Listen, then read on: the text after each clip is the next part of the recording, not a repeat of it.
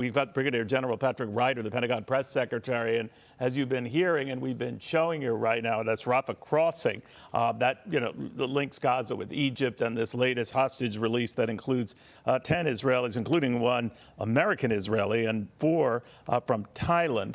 The general kind enough to join us right now. So that's good news, General. Do we know anything about their condition and how they were when they finally arrived?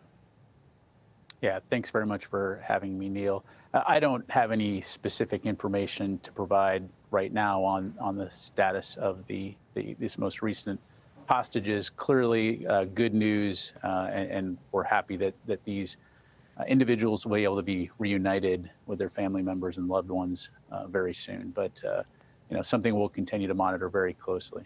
The Pentagon, of course, you could recommend, a pause like the one they're considering now in Israel to allow the release of still more hostages. We don't know where that stands or whether it will be extended. I believe it would end at midnight tonight, which is about, I think, 7 or 8 minutes away in Israel. What do you think?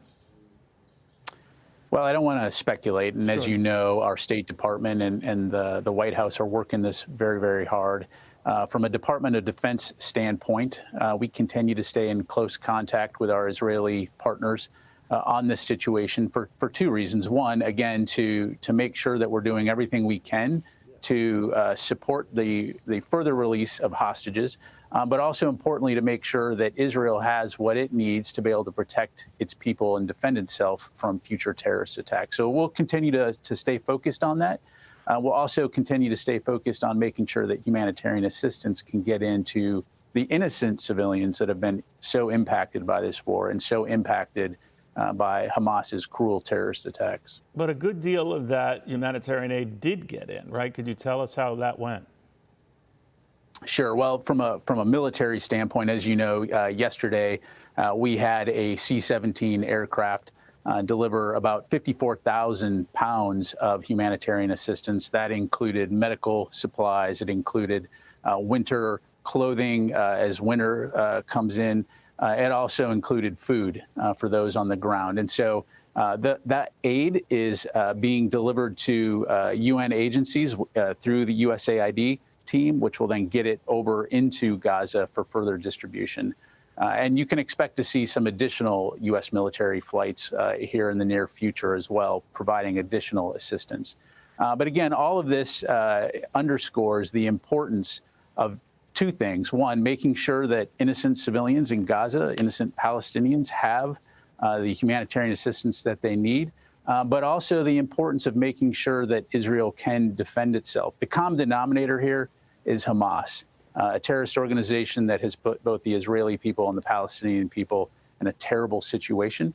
So we're going to continue to do what we can to support not only Israel, but also support the innocents that have been caught up in the crossfire of this.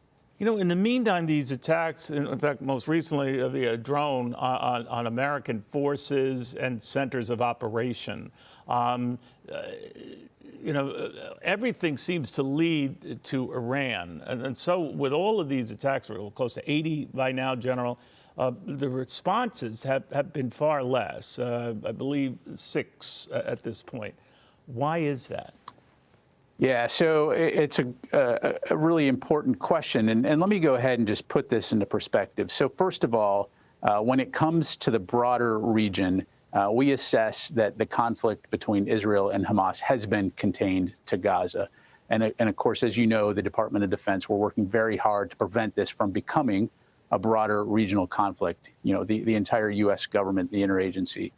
But when it comes to these Iranian proxies and it comes to these attacks in places like Iraq and Syria, I don't want to minimize the danger that those present.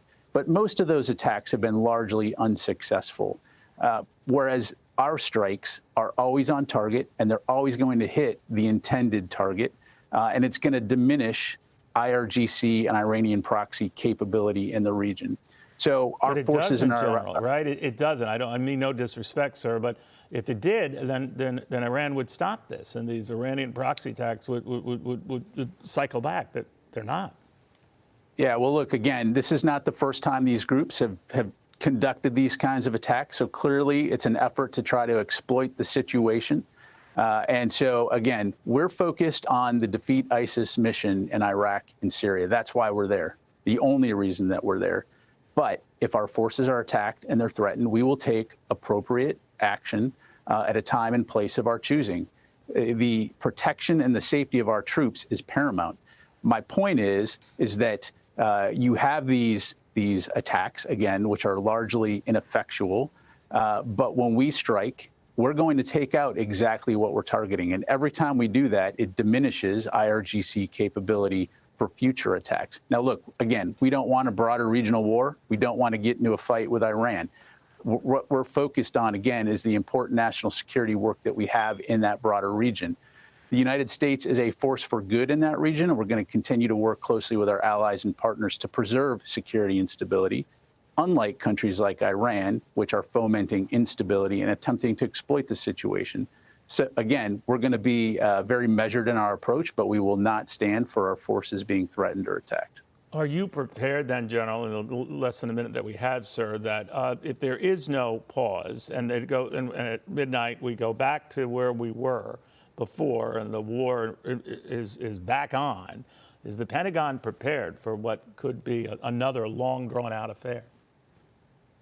Well, look, again, I'm not going to forecast or telegraph or speculate on what we could do other than to say, again, force protection is a paramount priority for us. We're going to do what's necessary to protect our troops. And if and when we need to strike again, we will do so at a time and place of our choosing. But again, our focus in the region right now is preventing a broader regional conflict, on protecting our forces and ensuring that our strong partner Israel has what they need to defend themselves from future terrorist attacks. General, thank you very much. Brigadier General Patrick Ryder, the Pentagon Press Secretary, dealing with all of that. Thank you, sir. Hi, everyone. I'm Brian Kilmeade. I want you to do me a favor. I want you to click to subscribe to the Fox News YouTube page. This is the only way that I know for sure that you're not going to miss any great commentary, any great news bites, any great interviews coming your way on Fox. You can get it all here on YouTube. So subscribe right now.